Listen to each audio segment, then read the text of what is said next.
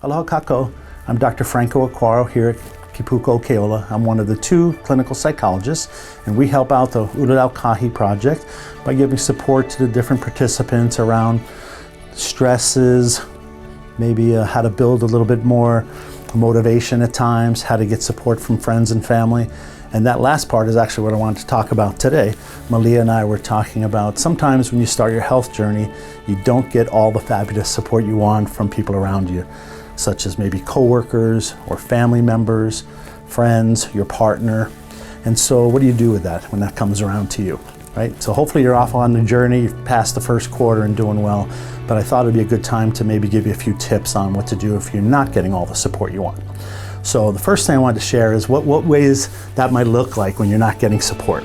So one is that people think sometimes when you take on a new challenge and you're making changes that you're somehow looking down on them for not doing that you're somehow superior. So that's obviously a problem. Another thing is that you're changing routines and norms, and that may leave people out. You know, you may be going to the gym instead of to Pauhana. That just kind of throws off the flow of relationships sometimes. Another thing that you might encounter is that people, you know, when you say no to foods and treats and the way they have always supported you, you're kind of rejecting them, they may feel, or rejecting the love, right? Food sometimes is equated with love and care and nurturance. Another one is sometimes you might encounter that people want to, in trying to support you, bust you when you're not doing well, right? There's something in us as humans that we go, hey, I caught you, you're not doing what you said you're gonna do. And that even if they're trying to be supportive, that may not feel supportive. Let's see, another one, they may be jealous of the attention you get for doing something special and the success you're having, right? Because a lot of people will talk about it. Hey, you look like you lost weight. Hey, your face looks great. Hey, you look healthier, more bright-eyed. And of course, if you're standing next to somebody that's getting that kind of praise, it doesn't always feel good to you. Another way they may not be supportive is that once you take on a new challenge or some change in your lifestyle, everyone suddenly becomes experts and they want to share, you know, either their honest, you know, expertise that they may have used in the past for themselves, or they just have ideas. So you say, I'm doing this. They go, oh, well, haven't you tried that? Or why don't you do this? Or my cousin did that. And you can sometimes get overwhelmed and it's not supportive. And then lastly, there's sometimes people directly or indirectly sabotage you, right? So a classic one is you're at work and you're trying to eat clean and you've done your meal prep and planning and you have your veggies and your healthy food, and here comes the malasadas, right? And of course, you know, not everyone's on the program, so they have a right to do that, but you're sitting there going, oh my gosh, now I have to fight the temptation of that. You know, so sometimes that's an indirect sabotage. Sometimes people are more direct, right? They're like, come on, it's time, you've been doing so good, let's go have a drink, let's go have the poo-poos, and that can sabotage you as well. So I want to give you some ideas now about how to manage those kinds of unsupportive behaviors, if you will. So one is, and hopefully you've already done this because you're already into the program, but if not, you can do it now, is you got to communicate to folks why you're doing it first.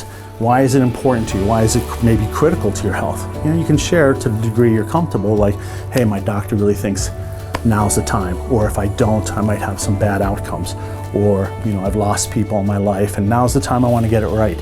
So communicate why you're doing it, what it's going to look like. Hey, it may mean I may not participate in food with the family the way I used to. I might not go to the same places you guys go. I might need more time away to go do workouts instead of, you know, doing things that I normally would do with you.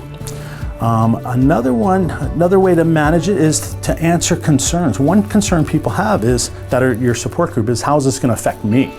Like, you're doing the change, but they're like, well, what does that mean for me, right? If you used to cook the rice and now you're the cook and you're going to cook something that I'm not interested in, that's going to be a problem for me. So just kind of maybe lay out, these things are going to change, you know, and you might have some concerns, and these things, you know, won't change. Another one is and it's a big one actually, when you don't feel like people are being supportive, don't be judgmental.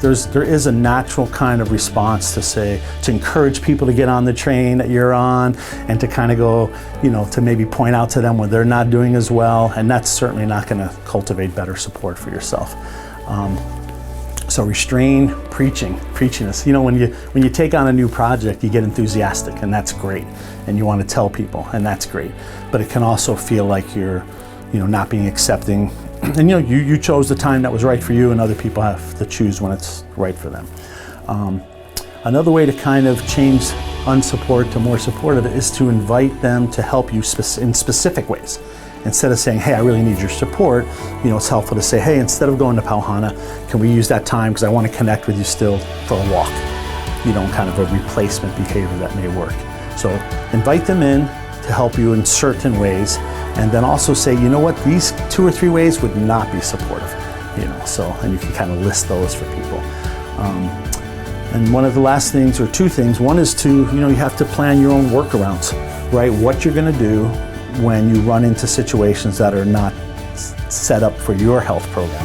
You know, what am I gonna do when I go to a baby luau? What am I gonna do when I go to a birthday party that they're throwing for me at work? You know, can I say no to the cake? Do I have to eat maybe a small piece? So plan your workarounds. Kind of look through your month and go, where am I going to run into situations where people are not thinking of how I'm doing on my program, and plan for those. Maybe ask your health coaches, or, you know, what could I do in these situations? And last but not least for support is, at the end of the day, you've already talked to them, encouraged them, and given them specific ways to help you. If all else fails, you do have to set a strong boundary. And that's something, if you're seeing Dr. Claren, the other psychologist, or myself, we can work on in one of our ULP therapy sessions, is how do you really stand strong when it's tough? And you know why you've made the commitment, you know why it's really important for your well-being, and why it's going to help others around you, like your kids, maybe your partners, or, you know, and so you might have to say, I get you, and I get why you want me to be doing something different, but I'm going to stick with my plan. You know, it's for a time, the time is now, and I'm gonna do it. So if you don't understand that, I may need to draw back a little bit. You know, that would be a way of saying, hey, you know, if it's gonna bother you if I go to the bar and have club soda, then I can step back from that, something like that. And that's a strong boundary. Anyway, it's very natural to not get all the support you want, or not get it the way you want it, and there's things you can do to kind of make it a little bit better for yourself and others. I wish you well, and any of these things we can talk about in our ULP therapy session. Good luck with the program.